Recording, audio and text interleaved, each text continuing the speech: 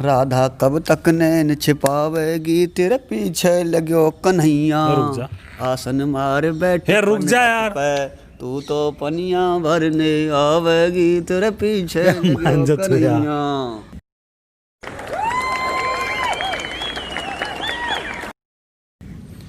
राम राम साथियों, मैं हूं सुदेश कुमार और हमारे साथ हैं अजीत मास्टर जी।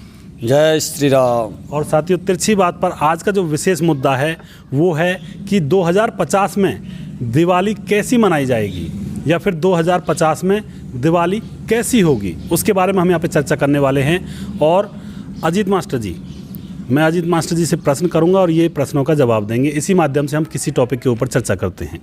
तो मास्टर जी, 2050 में दिवाली कैसी होगी आपके हिसाब से? नमस्कार दोस्तों, और आप सभी का स्वागत है हमारे यूट्यूब चैनल तिरछी बात में। तो गुरुजी ने क्वेश्चन किया कि 2050 में दिवाली कैसी होगी। गुरुजी ने बताऊं कैसी होगी जी। दिवाली ऐसी होगी, हमारे बच्चे हैं वो पढ़ेंगे, इतिहास पढ़ेंगे कि हम घी के दिए जलाते थे, मिठाई खाते थे और बांटते थे, पटाखे चलाते थे। सरकार से इजाज़त लेनी पड़ेगी कि जी हम दिए जला लें, आपकी इच्छा हो तो। अब हम पंडित मुहूर्त निकालता है, दिवाली का पूजन करता है, पहले सरकार पूछे करेगी 2050 में, अजी मुहूर्त निकले आयो जी, या तो 1 घंटा में दिवाली का पूजन कर लो, मिठाई में कमी है, मिठाई मत खाओ। बताएगी सरकार, बताएगी पूजन कब? हाँ, सरकार बताएगी कि पूजन कब होगा। सरकार बताएगी कि दिवाली में मिठाई बांटो या मत बांटो, और मिठाई देखने को भी नहीं मिलेंगी। फिर किससे दिवाली मनाएंगे? दिवाली मनाएंगे हाथ जोड़ के, चॉकलेट से। बोल चॉकलेट खाओ जी, हैप्पी दिवाली। वो रहेगी हमारी दिवाली। नहीं घी के दिए जलाए जाएंगे, नहीं पटाखे चलाए जाएंगे, नहीं मिठाई बांटी जाएंगी। ऐसी होगी 2050 में दिवाली। साथियों, दिल्ली में तो पटाखे पूरी तरह से बैन हो गए हैं। जो सरकार लॉकडाउन में लोगों को मास्क नहीं पहना पाई, जो सरकार लॉकडाउन में डिस्टेंस मेंटेन नहीं कर पाई, लेकिन उन्होंने पटाखों को पूरी तरह से बैन कर दिया। गरीब जो दुकानदार हैं उनके पटाखों को बंद करवा दिया। क्यों करवा दिया गया है, इसके ऊपर बताएं मास्टर जी। क्योंकि सरकार को आमदनी होती है वहाँ से। जो पुलिस वाले होते हैं छोटे मोटे व्यापारियों को दादागिरी चलाते हैं, उस पर अपना अधिकार स्थापित करते हैं और उसका शोषण करते हैं, उससे पैसे वसूलते हैं, अपनी मनमानी चलाते हैं। साथियों, कुछ लोगों का कहना है कि भाई हिंदुत्व की रक्षा करनी है तो अपनी संस्कृति को बचाना होगा। और वो दुकानदार संस्कृति को कैसे बचाएं जो पटाखे बेचते हैं और जिनके ऊपर 10,000 रुपये चालान कर दिया जाता है, दुकान को सील कर दिया जाता है, उनके माल को फेंक दिया जाता है। तो वो हिंदुत्व की रक्षा किस तरह से करें? अगर सरकार पटाखे बैन करने हैं तो उन फैक्ट्रियों पर करो, चाइनीज़ सामान पर करो, विदेशी सामान पर करो, और बहुत सारे उपकरण हैं उन पर बंद करो, प्रतिबंध लगाओ। हमारे त्योहार के साथ हमारे साथ क्यों खिलवाड़ कर रहे हैं? ऐसी कौन सी जाति दुश्मनी निकाल रहे हैं हमसे कि हम मतलब ये पटाखे मत चलाओ, घी के दिए मत चलाओ, ये मत करो, वो मत करो। क्यों नहीं करें भाई? हमें अपना हिंदुस्तान जो हिंदुओं का पवित्र त्यौहार है दिवाली और होली, उस पर भी प्रतिबंध लगाए जा रहे हैं। तो सोचो कि हम कैसे देश में रह रहे हैं, हमारा शोषण किया जा रहा है। हमें इतनी आज़ादी नहीं है कि हम खुलकर पटाखे चला सकें, खुलकर दिए जला सकें, खुलकर मिठाई खिला सकें किसी को। अजीत मास्टर जी, लंदन में तो पटाखे चलाकर दिवाली मना सकते हैं पर दिल्ली में और इंडिया में नहीं, क्या कारण है? गुरुजी, आपने एक कहावत सुनी होगी कि हाथी के पाँव में सभी का पाँव। जो सरकार में जो जिनका झंडा है, सरकार में जिसका टाँका है, जो मतलब बड़े पद पर है, वो नंगो नाच कर रहा है जी। क्यों? वो पटाखे भी चला रहा है, मिठाई भी बांट रहा है और सब काम कर रहा है। ये सिर्फ प्रतिबंध हैं, गरीब जनता के नहीं आए, आम आदमी के नहीं आए।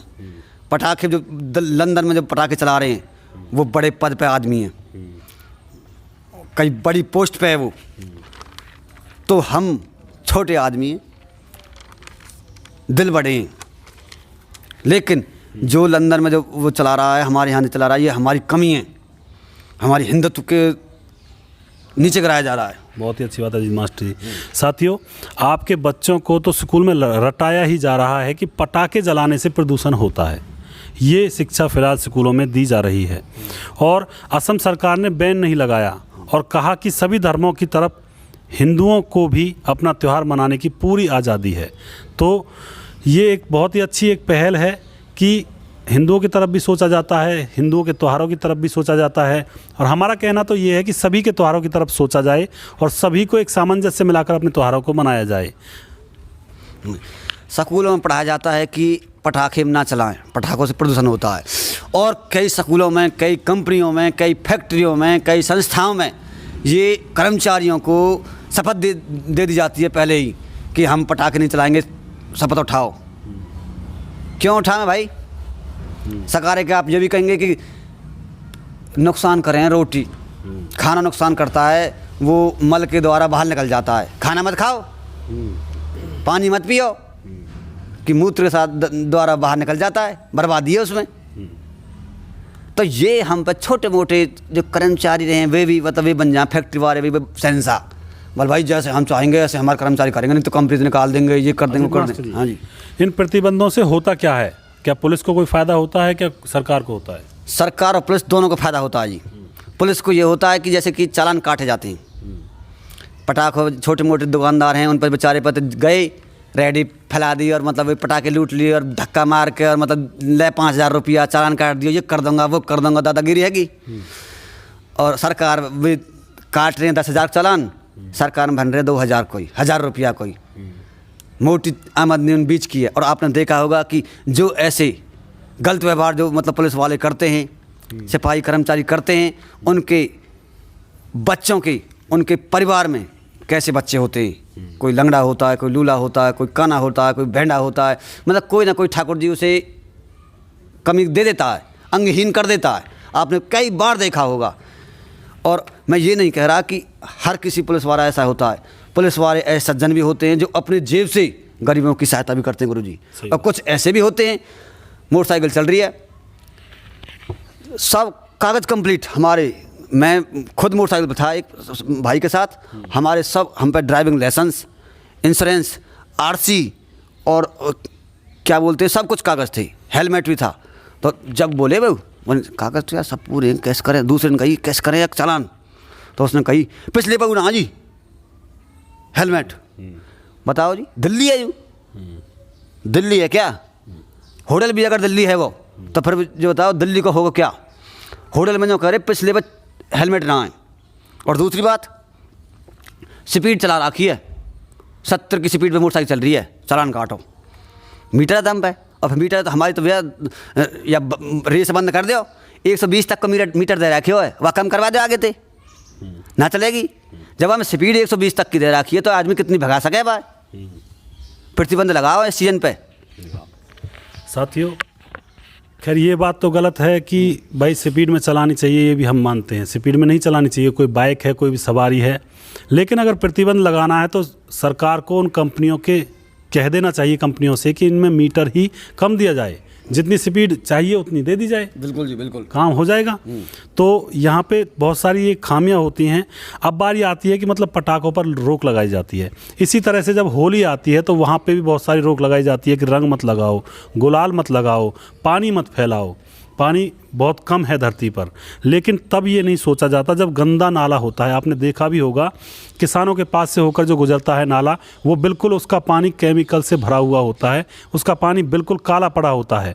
तब सरकार नहीं सोचती है कि इतने ज़्यादा पानी को ये फैक्ट्रियों का जो गटर होता है, यानी कि फैक्ट्रियों से जो केमिकल निकलता है उसको नाले में डाल दिया जाता है, तब पानी गंदा नहीं होता। नदियों में डाल दिया जाता है, जमुना में डाल दिया जाता है फैक्ट्रियों से निकलता हुआ गंदा पानी, तब यमुना गंदी नहीं होती। किसानों को गुरुजी पानी मिल रहा है गंदा, बड़ी बड़ी फैक्ट्री, बड़ी बड़ी कंपनियाँ वो अपने केमिकल युक्त पानी को जमुना में डाल देती है, गंगा में डाल देती हैं। और लॉकडाउन में आप देखा होगा, जिसे सरकार कई कई करोड़ों अरबों रुपया खर्च करके गंगा यमुना को साफ नहीं कर पा पाई, और उसे लॉकडाउन में बिल्कुल निर्मल जल, गंगा का भी यमुना का भी। क्यों? क्योंकि फैक्ट्री बंद हैगी, उस टाइम कर्मचारी नहीं थे, और उनका पानी केमिकल युक्त ऐसा होता है जो जिम्मेदार के खेतों में जाता है, किसानों के खेत में जाता है।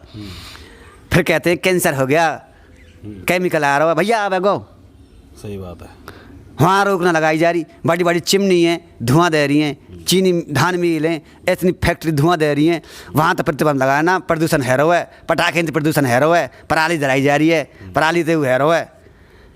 मान रहा हूँ पराली पराली में भैया नुकसान जीव जंतु उनका हुआ है, मैं पहले बताई बात।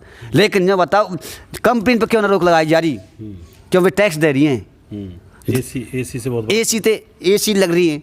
अब एसी तो ओजोन परत में अंटार्कटिक बताया आपने, कौन सा होता है। एसी का साथियों ये है कि एसी से निकलती है क्लोरोफ्लोरोकार्बन गैस, और सीएफसी जो होती है क्लोरोफ्लोरोकार्बन जो गैस होती है, ये रेफ्रिजरेटर से और शीतलक जो बड़े बड़े कोल्ड स्टोरेज होते हैं जिनमें सब्जियों को स्टोर करके रखा जाता है, और एसी से ऐसी गैस निकलती है जो हमारी ओजोन परत के अंदर जिसने छेद कर दिया है। अटलांटिक महासागर के ऊपर बहुत बड़ा छेद हो चुका है इस गैस के ज़रिए। तो इन चीज़ों पर रोक लगाओ जो बिल्कुल सच में ही नुकसान कर रही हैं, लेकिन उन चीज़ों पर रोक नहीं लगाई जाएगी क्योंकि वो कंपनियां, वो फैक्ट्रियां पैसा देती हैं सरकार को। रोक लगाई जाएगी तो सिर्फ और सिर्फ हिंदुओं के त्योहारों के ऊपर और गरीब लोगों के ऊपर रोक लगाई जाती है हमेशा, किसान के ऊपर रोक लगाई जाती है हमेशा, इस तरह से रोक लगाई जाती हैं। तो इसमें एक निष्पक्ष फैसला सरकार का होना चाहिए। ये नहीं है कि जो गरीब है और कमज़ोर है उसी के ऊपर सारे प्रतिबंध लगा दिए जाएं और बाकी कोई दिक्कत ही नहीं है, बाकी समाज जाए भाड़ में, हमको क्या पड़ी। असम सरकार ने खुली चुनौती छूट दे रखी है कि हमारे हिंदुओं का त्यौहार हर तरीके से मनाया जाए, पटाखों से मनाया जाए, उससे मनाया जाए। मैं असम सरकार का पूरा वो समर्थन करता हूँ। ऐसी ही सरकार पूरे भारत में होनी चाहिए। और मास्टर जी, बिहार में पहले बैन नहीं था, लेकिन एक दिन पहले बैन लगा दिया गया, ये क्या कारण था? अच्छा जी। बिहार में रसिया तो पई के बबाई दूंगी गुर मीठो लगे बरेली का जो बनना डटे अकेली का, मैं फैशन नया बनाऊंगी सलवार बात कह दे सिलवाऊंगी, फिर खेत कमाने जाऊंगी। हाँ जी, क्या कही बताइए।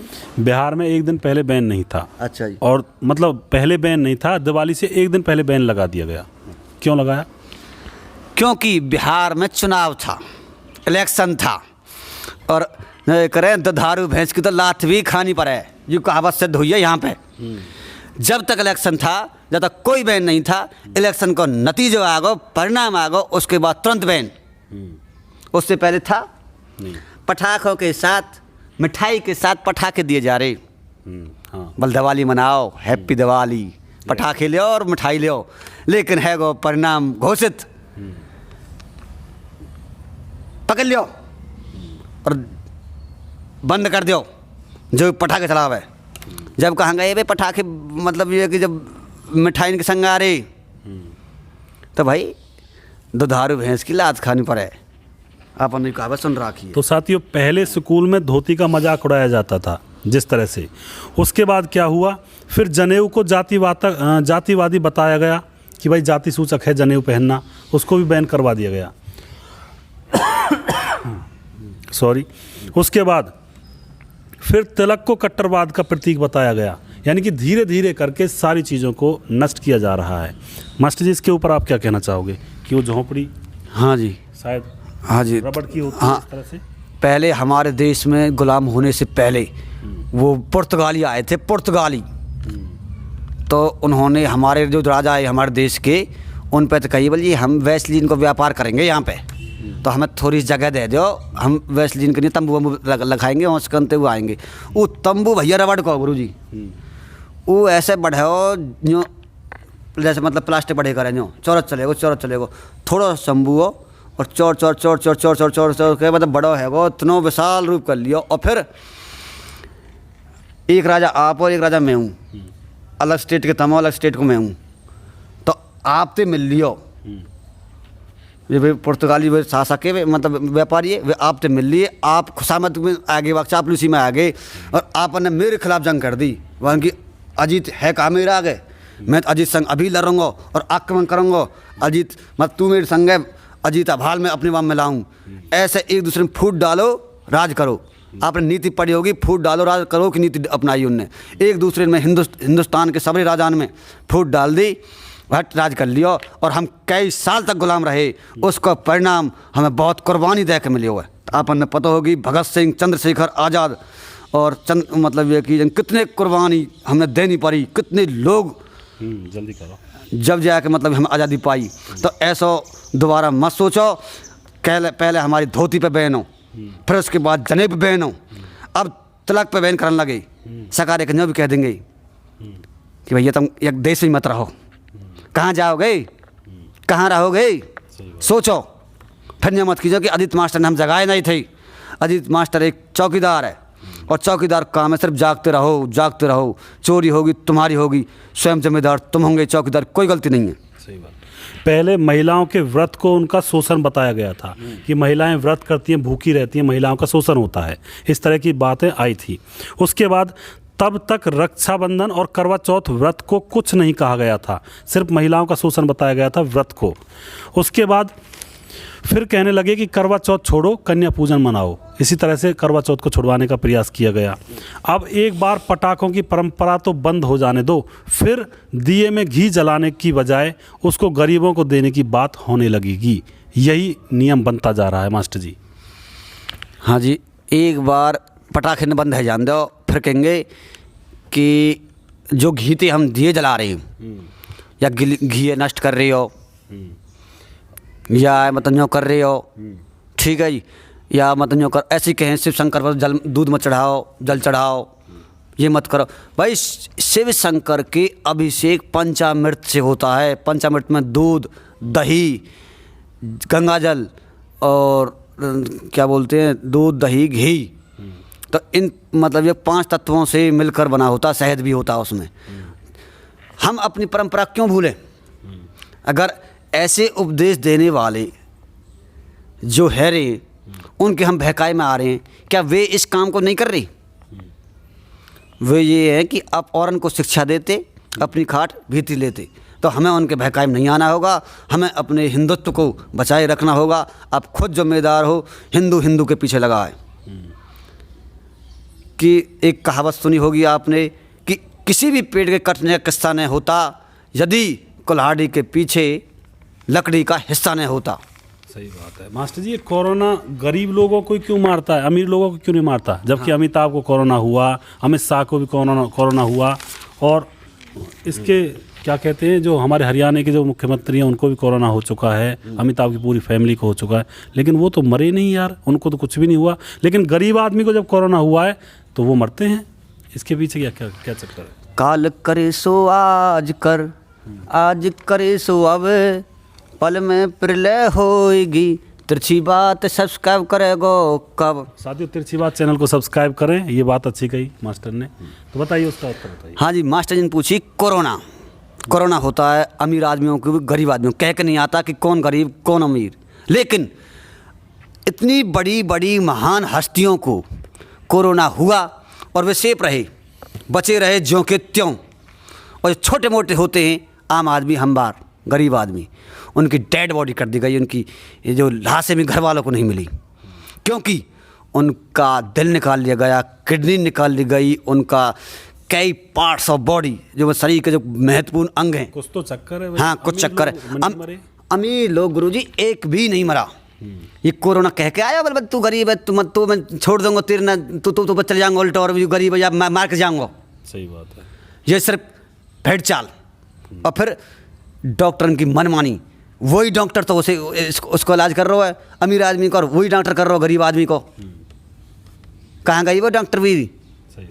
ऐसा तो वैसे सुसेन वैद्य ने ना करे गुरु जी। सुसेन वैद्य हनुमान जी लंका में लेकर आए हुआ है, और उसने जो कह दी ये मेरे राज्य का शत्रु है और मैं इसका इलाज नहीं करूँगा। जब भगवान राम ने कही, डॉक्टर वो होता है उसका कोई नहीं शत्रु होता है नहीं मित्र होता है, वो सिर्फ अपने धर्म पर होता है। उसका मित्र वही होता है जो उसका मरीज होता है। तुम अपने धर्म को अपनाओ, मैं तुम्हें सौंपता हूँ, तुम इसका मतलब ये मारो या इसको इलाज करो। उसने भी इलाज किया था। अगर वो चाहता तो उसको भी मृत्यु दंड दे सकता था। तो डॉक्टरों के काम में भी शायद हाँ, डॉक्टर आजकल के डॉक्टर है ही ना गुरु जी। दाल में काला है, दाल में कहा पूरी दाल कारी है। वह धर्मेंद्र वाली बात है, दाल काली काली दाल, ये तो पूरी दाल कारी है। तो यहाँ से डॉक्टर भी पहले से नहीं रहे, उन्हें भी अमीर और गरीब देखा जा, वे भी अमीर और गरीब देखते हैं। अगर मैं मानता अमिताभ जैसे महान नायकों को मतलब वो हो गया था कोरोना, वो जिंदे बचे, और 70 और 80 साल के आदमी जीवित बचे, और 20 साल का और 18 साल का आदमी डेड बॉडी। सिर्फ डॉक्टर की मेहरबानी। सोचो समझो। और फिर क्वेश्चन करियो अजीत मास्टर जी, तो बोले अजीत मास्टर जी गलत कह रहे हैं कि यहाँ का पॉइंट मेरे गलत है। एक भी अगर लफ्ज़ मेरे गलत हो तो मुझे कमेंट बता दीजिए कोई भी। सही बात है। तो साथियों, यहाँ पे आज हमने चर्चा की थी कि 2050 में दिवाली कैसी होगी। 2050 में बच्चे ये कहेंगे कि मिठाइयाँ भी कोई चीज़ होती थी जो दिवाली पर खाई जाती थी, जिसको दूध से और चीनी से मिलाकर बनाया जाता था। अब क्या होगा, अब तो सिर्फ 2050 में सिर्फ और सिर्फ चॉकलेट खाकर दिवाली मनाने की प्रथा आ जाएगी। और वो कोई भी जैसे देवी पूजन की जो प्रथा होती है उसको भी पुलिस से पूछकर या सरकार से पूछकर मनाएंगे, ना कि पंडित का मुहूर्त दिखवाकर मनाएंगे। इस तरह के हालात होने वाले हैं अगर इसी तरह से ये समय का चक्र इसी एवज में चलता रहा, इसी तरह से प्रतिबंध लगते रहे। तो साथियों, मैं यहाँ पे यही कहना चाहता हूँ कि, और सरकार से भी मैं यही कहना चाहता हूँ कि प्रतिघात किसी एक विशेष संप्रदाय के ऊपर ना किया जाए। प्रतिघात करना है या कि कोई सुधार लाना है तो सभी लोगों के लिए लाएं, सभी को एक समान बरतें। ठीक है जनता ना? खुद जिम्मेदार है और खुद समझदार हो। हम सिर्फ इतना ही कहते हैं कि अपने हिंदू समाज को ध्यान में रखते हुए अपने रीति रिवाजों को न भूलें। और जिस प्रकार हम होली और दिवाली और पवित्र त्यौहार हमारे दो ही हैं, हिंदुओं का होली और दिवाली, इस पर ही ऑब्जेक्शन उठाए जाते हैं, प्रतिबंध लगाए जाते हैं। होली पे कहते हैं कि रंग मत उड़इयो, गुलाल मत लगइयो, मतलब रंग आँखन में घुस जाए और मतलब गुलाल आंध्रो कर दे और मतलब पानी की बर्बादी हो है। दिवाली पे कहते हैं पटाखे मत चलियो, घी के दिए मत जलियो, मिठाई मत खाइयो, मिठाई में मिला बेटे। ये बात भाई, जब हम अपने दो त्यौहार नहीं मनाएंगे तो मनाएंगे कहाँ? सही बात है।